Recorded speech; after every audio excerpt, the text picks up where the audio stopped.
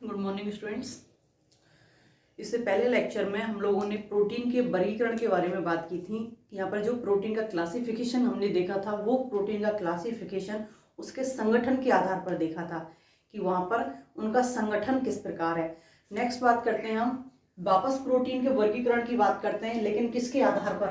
कार्य के आधार पर। यहाँ प्रोटीन का क्लासिफिकेशन हम किसके आधार पर देखेंगे? इसके कार्य के आधार पर कि यहाँ प्रोटीन किस किस कार्य का संपादन कर रही है, कौन कौन से कार्यों को संपन्न कर रही है। फिर यह कह सकते हैं हम कि प्रोटीन का जैविक महत्व क्या है। जैविक महत्व कहें या फिर इसके कार्य के आधार पर इसका क्लासिफिकेशन कहें, दोनों एक ही बात रहेंगी। क्यों? क्योंकि जो जैविक महत्व है वही इसके कार्य हैं। तो यहाँ पर प्रोटीन जो कार्य के आधार पर जो हमने वर्गीकरण किया है, जितने भी यहाँ पर सजीव होते हैं इन सभी सजीवों के अंदर प्रोटीन के द्वारा कुछ ना कुछ कार्य तो संपन्न किया ही जा रहा है। क्योंकि जब हमने अपना लेक्चर स्टार्ट किया था तभी वही बताया था आप लोगों को कि प्रोटीन अगर हम किसी कोशिका का ड्राई वेट निकालें, शुष्क भार निकालें, तो वहाँ पर आधे से अधिक भाग किसका होता है? प्रोटीन का बना हुआ होता है। तो इसका मतलब जो कोशिका में मुख्य जो संरचनात्मक घटक होता है वो संरचनात्मक घटक कौन सा है? प्रोटीन होती है। अब संरचनात्मक घटक है तो कार्यों को भी कर रही होगी। जब हम एंजाइम पढ़ते हैं तो एंजाइम्स में क्या पढ़ते हैं हम कि सभी एंजाइम्स प्रोटीन होते हैं, प्रोटीन प्रकृति के होते हैं। तो यहाँ पर इसी कारण इसको जो विभिन्न कार्य हैं सजीवों के अंदर, सभी कार्यों को कहीं ना कहीं किसी ना किसी कार्य को यहाँ पर प्रोटीन के द्वारा संपन्न किया जाता है। तो फर्स्ट देखते हैं हम संरचनात्मक प्रोटीन कार्यों में। फर्स्ट जो संरचनात्मक प्रोटीन, ये प्रोटीन जो होती हैं ये कोशिका संरचना की मुख्य घटक होती हैं। कोशिका संरचना का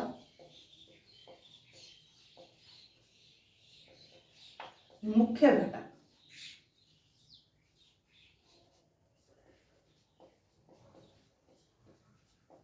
ये चीज तो हम पहले बता चुके हैं कि प्रोटीन संरचनात्मक निर्माण करने वाली संरचनात्मक मुख्य घटक होती है।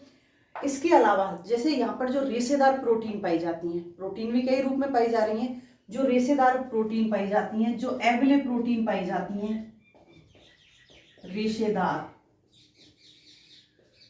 एविले जो प्रोटीन होती हैं, ये प्रोटीन बॉडी निर्माण का कार्य तो कर ही रही हैं, कोशिका निर्माण का तो कार्य करती हैं। इसके अलावा ये यांत्रिक सामर्थ्य भी प्रदान करती हैं, यांत्रिक बल प्रदान करती है,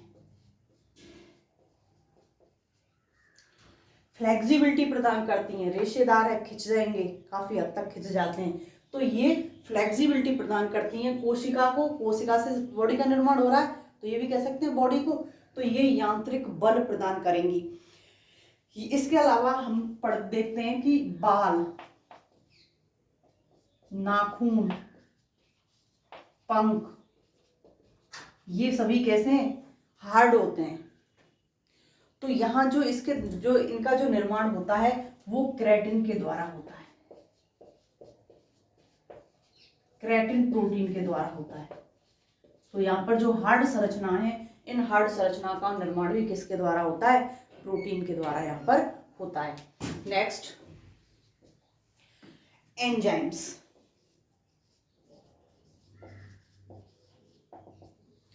जितने भी एंजाइम्स हैं, विभिन्न जैविक तंत्रों में जितने भी एंजाइम्स यूज आ रहे हैं,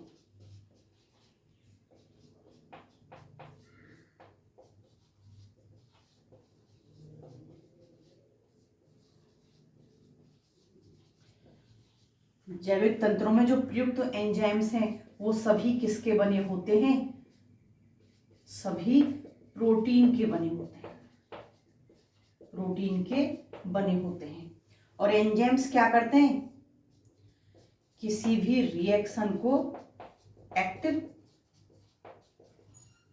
एक्टिव भी करेंगे और उसको गति प्रदान भी करेंगे, एक्टिव भी करेंगे और उसे गति प्रदान करते हैं। तो यहाँ पर जो ये एंजाइम्स होते हैं जो विभिन्न तंत्रों में यूज होते हैं, ये एंजाइम्स सभी किसके बने होते हैं? प्रोटीन के। अपवाद, जितने भी एंजाइम्स हम पढ़ते हैं इन सभी एंजाइम्सों में से एक एंजाइम को छोड़ दो, राइबोसोम को। जो राइबोजाइम एंजाइम होता है ये कैसा होता है, नॉन प्रोटीन, ये प्रोटीन से निर्मित नहीं होता, ये नॉन प्रोटीन होता है। बाकी सभी एंजाइम्स किससे निर्मित होते हैं, प्रोटीन के द्वारा यहाँ पर निर्मित होते हैं, जो विभिन्न क्रियाओं को करते हैं, विभिन्न जैव रासायनिक क्रियाओं का उत्प्रेरण करते हैं, एक्टिव करते हैं।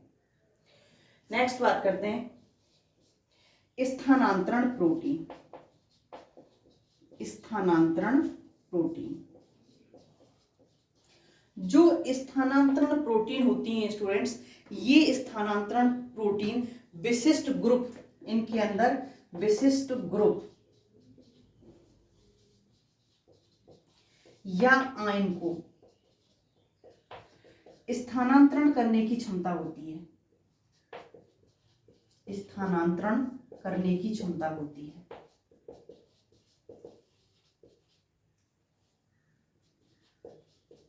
फॉर एग्जाम्पल, हम जब मेम्ब्रेन पढ़ते हैं, प्लाज्मा मेम्ब्रेन, तो प्लाज्मा मेम्ब्रेन में वाहक प्रोटीन पढ़ते हैं, फर्स्ट ईयर में पढ़िए, याद होगा। तो प्लाज्मा मेम्ब्रेन में वाहक प्रोटीन उपस्थित होती हैं जो आयंस के अभिगमन में हेल्प करती हैं, आयंस के अभिगमन में हेल्प करती हैं। आयंस के अभिगमन में ही हेल्प नहीं करती, कुछ विशेष ग्रुपों को भी बाहर अंदर ले जाने का कार्य करती हैं। तो प्लाज्मा मेम्ब्रेन की वाहक प्रोटीन, हीमोग्लोबिन, हीमोग्लोबिन ये भी तो प्रोटीन है। हीमोग्लोबिन क्या करता है, ऑक्सीजन को बंधित करके, बाउंड करके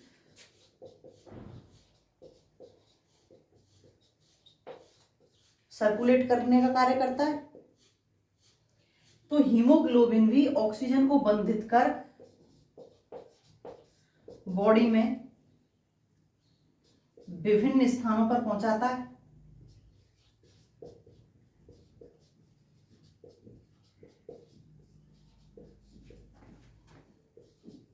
ऐसी कोई कोशिका बचती है जहां पर ऑक्सीजन ना पहुंचे, तो पूरी बॉडी की प्रत्येक सेल के अंदर हीमोग्लोबिन के द्वारा ऑक्सीजन पहुंचाई जाती है।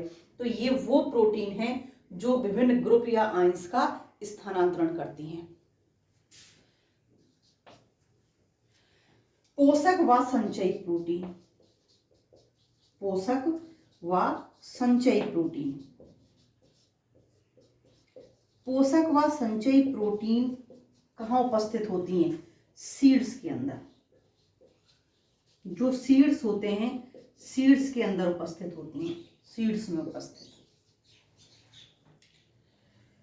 जब कभी भी बीज का अंकुरण होता है, सीड का जर्मिनेशन होता है, सीड का जर्मिनेशन होगा, तो जर्मिनेशन के समय यहां पर इन प्रोटीन को यूज कर लिया जाता है। यहां इन प्रोटीन का यूज कब आ जाता है, जर्मिनेशन के समय। जैसे अनाज में, दलहन में, दलहन मतलब दाल, तो यहां दलहन के अंदर तो होती ही प्रोटीन है मैक्सिमम मात्रा में, तो हम ये तो नहीं कह सकते कि ये कार्बोहाइड्रेट का यूज करेंगे यहाँ। तो यहाँ जो ये प्रोटीन प्रेजेंट होती है, इस प्रोटीन को रूपांतरित करके इससे एनर्जी लेकर के क्या जर्मिनेशन होगा, किसके अंदर, कहाँ, सीड्स के अंदर। तो ये वो प्रोटीन है जो पोषक व संचयी प्रकार की होती हैं, बीजों के अंदर संचित अवस्था में प्रेजेंट होती हैं। नियामक प्रोटीन, नियामक प्रोटीन, नियामक रेगुलेटर, नाम से ही पता चल रहा है क्या करेंगी, नियमन। तो यहां जो ये नियमन प्रोटीन होती हैं, ये प्रोटीन विभिन्न एंजाइम्स का और अन्य पदार्थों का, विभिन्न एंजाइम्स का और अन्य पदार्थों के स्रावण का क्या करेंगी, नियमन।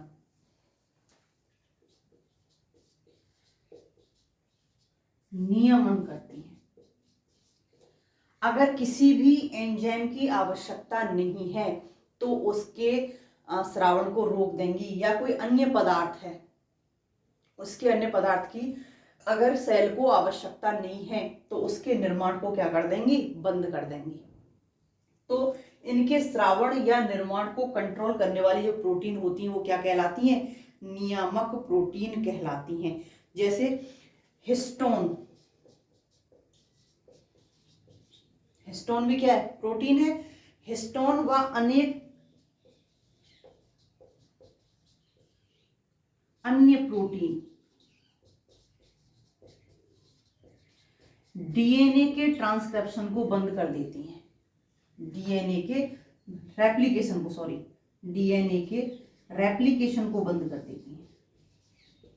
आवश्यकता अगर नहीं है तो डीएनए का रेप्लिकेशन बंद हो जाएगा।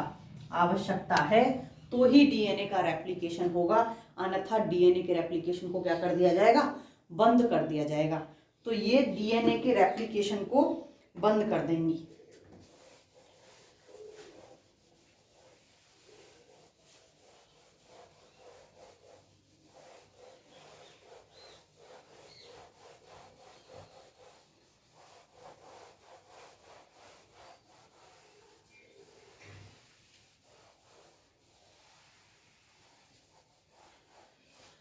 नेक्स्ट, रक्षी protein.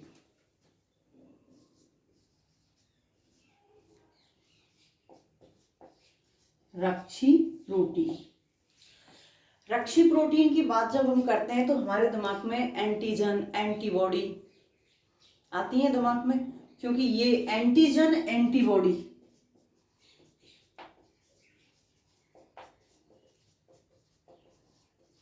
Antibody IgG, IgA, IgM, ये सभी किसके द्वारा निर्मित होती हैं, प्रोटीन से बनी होती हैं।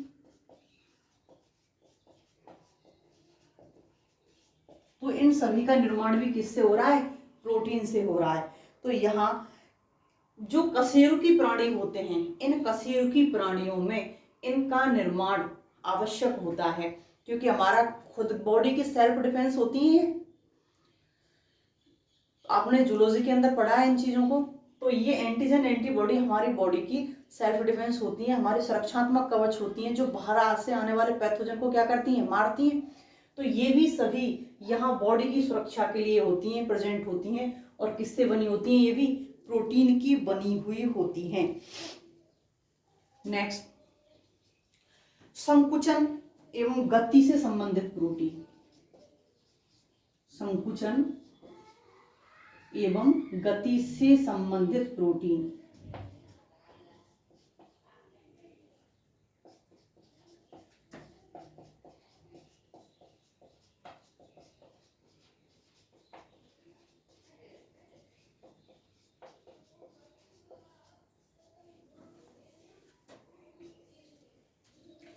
एक्टिन, मायोसिन,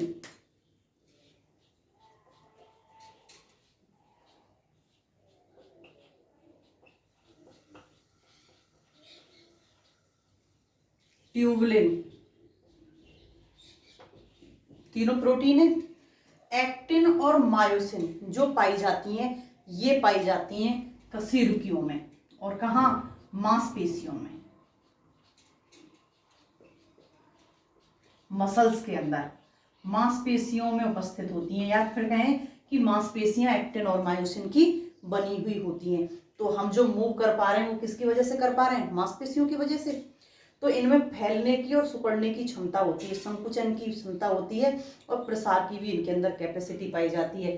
तो यहाँ जो मांसपेशियां होती हैं उनके अंदर एक्टिन और मायोसिन पाई जाती हैं। जो यहाँ पर जो हायर एनिमल्स होते हैं उनके, प्लांट्स में नहीं होती, केवल एनिमल्स में, उनके अंदर ये मूवमेंट करवाती हैं। ट्यूबुलिन प्रोटीन, दो वर्ड पढ़े होंगे, सीलिया और फ्लैजिला। सीलिया और फ्लैजिला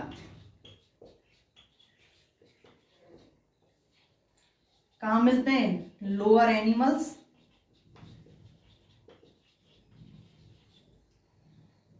और लोअर प्लांट के पुमड़ू इनके अंदर सीलिया और फ्लैजिला पाए जाते हैं, जो जल में गति करके अपने प्रजाति का प्लांट है उसके पास पहुंचते हैं। तो इनके अंदर जो सीलिया और फ्लैजिला बने होते हैं वो किसके बने होते हैं? ट्यूबुलिन प्रोटीन के बने होते हैं। तो ये भी संकुचन में है, इसके अंदर भी संकुचन करने की और फैलने की दोनों ही कैपेसिटी पाई जाती हैं। तो ये तीनों की तीनों प्रोटीन जो होती हैं किससे संबंधित होती हैं? गति से संबंधित होती हैं, बॉडी को गति प्रदान करती हैं।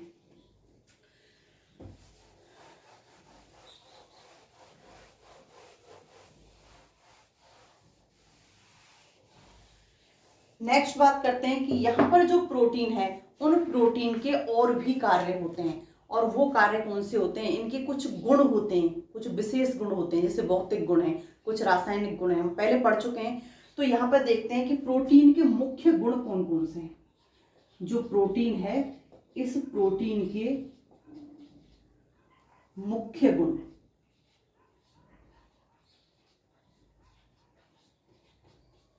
तो पहले देखते हैं भौतिक गुण।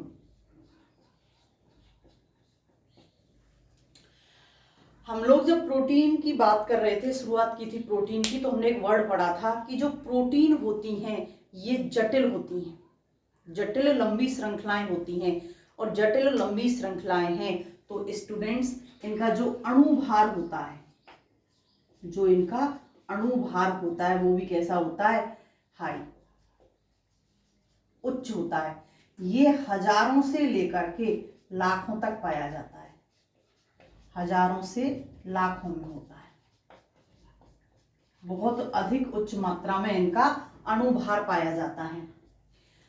प्रोटीन को जब हम जल के अंदर घुलेंगे या फिर किसी अन्य पदार्थ में, जिनके अंदर जल के अंदर विलयन तो ठीक, अगर किसी अन्य पदार्थ में, कोई अन्य सस्पेंशन मीडियम में इनको देखेंगे हम, तो जो ये प्रोटीन जो होती हैं वो कोलाइडी विलयन बनाती हैं, कोलाइडी विलयन बनाती हैं। प्रोटीन के अंदर कोलाइडी विलयन बनाने की कैपेसिटी होती है, कोलाइडी विलयन का ये निर्माण करेंगी। प्रोटीन स्वाद में स्वादहीन होती हैं और गंध में गंधहीन होती हैं। ना इनका कोई स्वाद होता है, ना इनकी कोई गंध होती है, स्वादहीन और गंधहीन होती हैं। स्कंदन, तो इनके अंदर स्कंदन की कैपेसिटी पाई जाती है। जिस वक्त हम पढ़ रहे थे उस वक्त हमने स्कंदन को भी देखा था। जो प्रोटीन होती हैं, अगर इन प्रोटीन को हम हीट दे दें, उच्च हाई हीट ना दे करके हमने अल्ट्रावायलेट रेज दी, एक्स रेज दे दी, पीएच परिवर्तन कर दिया, पीएच का परिवर्तन कर दिया, उच्च जल स्थितिज दाब दे दिया,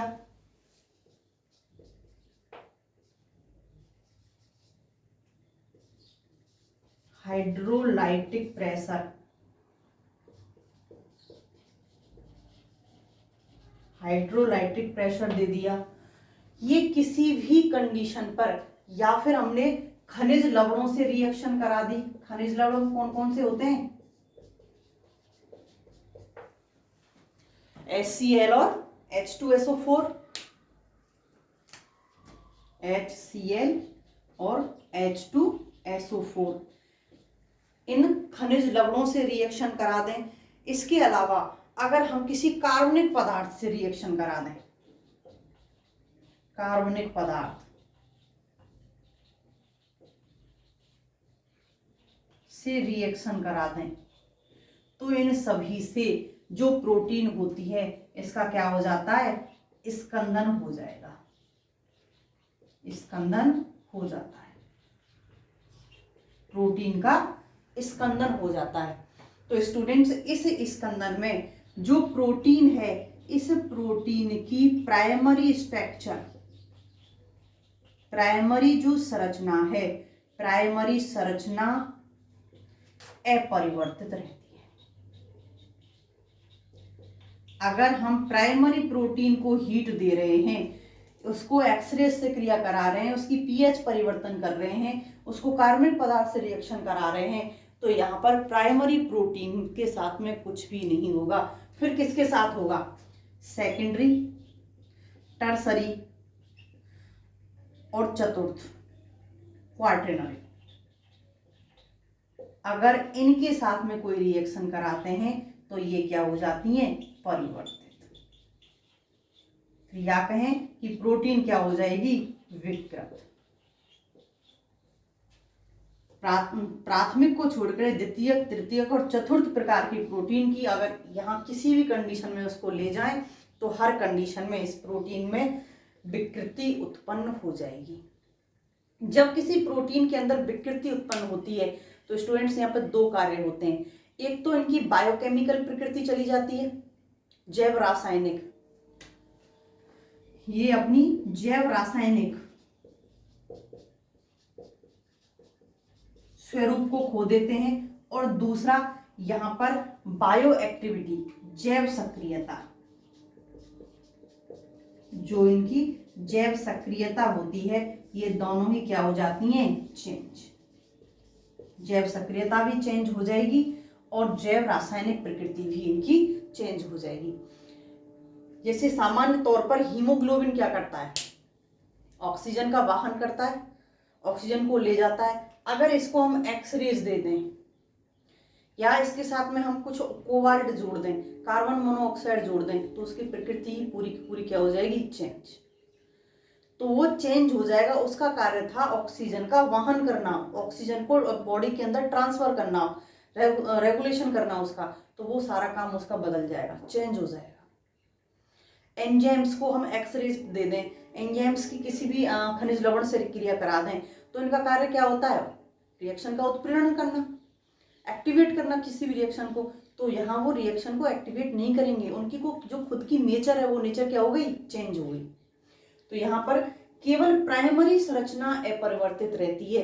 प्राइमरी के अलावा सेकेंडरी, टर्सरी और क्वार्टरनरी जो संरचना होती है वो क्या हो जाती है? विकृत हो जाती है, परिवर्तित हो जाती है। इसकी जैव रासायनिक प्रकृति चेंज हो जाएगी, इसकी जैव सक्रियता चेंज हो जाएगी। तो यहाँ पर स्कंदन के साथ साथ ये सारी चीजें यहाँ पर उपस्थित होती हैं। नेक्स्ट देखते हैं हम विलेयता।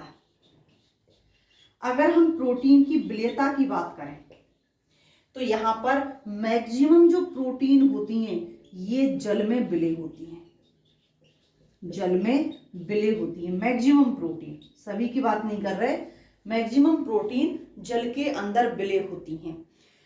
जो प्रोटीन छोटे आकार की है, प्रोटीन का आकार छोटा है, आकार छोटा है तो विलेयता क्या होगी?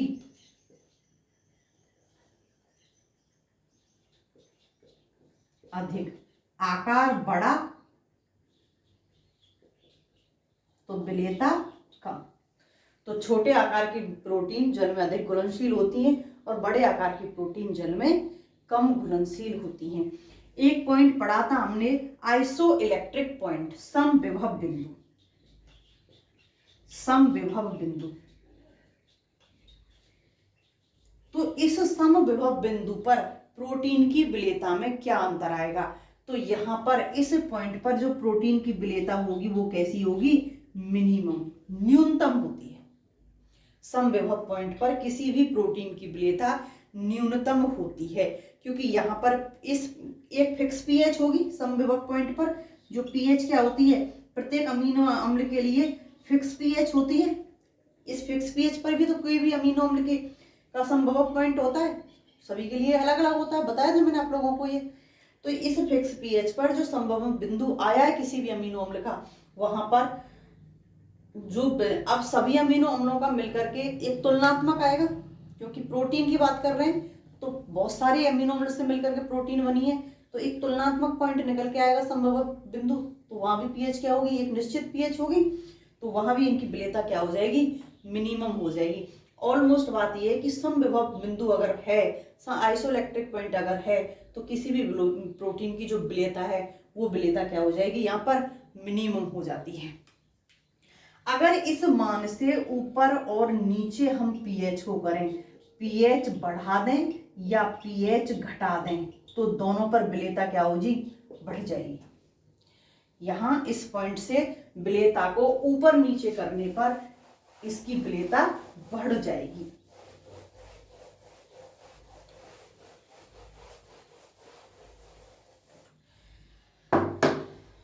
विस्कोसिटी, प्रोटीन की विस्कोसिटी की अगर हम बात करें, श्यानता,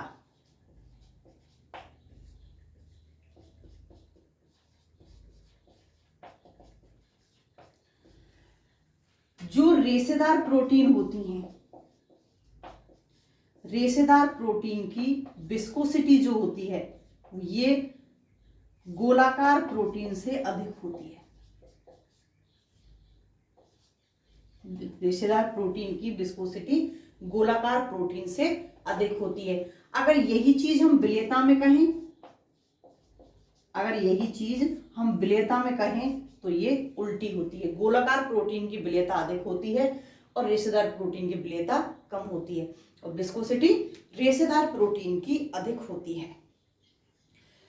रासायनिक गुण, जब हम अमीनो अम्ल को पढ़ रहे थे तो हमने अमीनो अम्ल के रासायनिक गुण पढ़े थे, और अमीनो अम्ल से मिलकर के ही प्रोटीन बनी है। तो प्रोटीन के भी रासायनिक गुण होंगे नहीं होंगे? होंगे।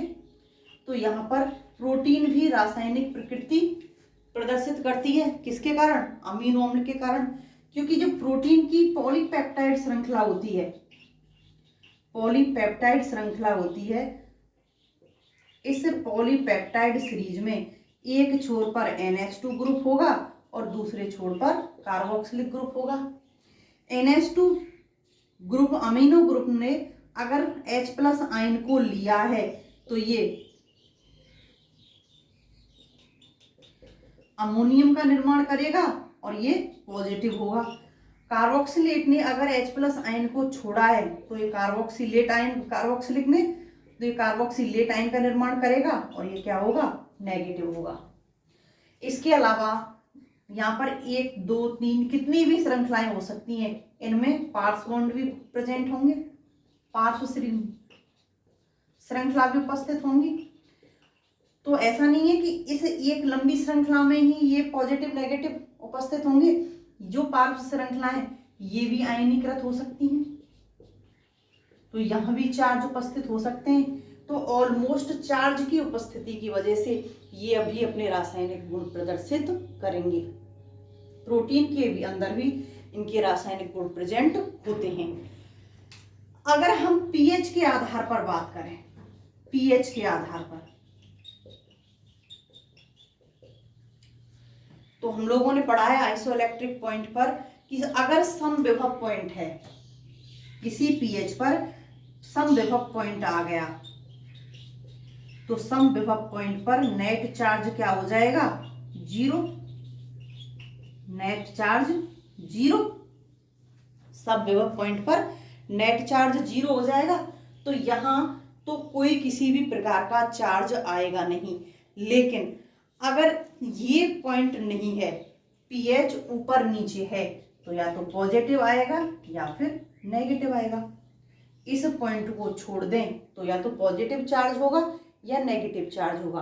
अब इसको अगर हम इलेक्ट्रिक फील्ड में रखेंगे तो ये नेगेटिव है तो ये जाएगा एनोड की ओर, और पॉजिटिव है तो ये जाएगा कैथोड की ओर।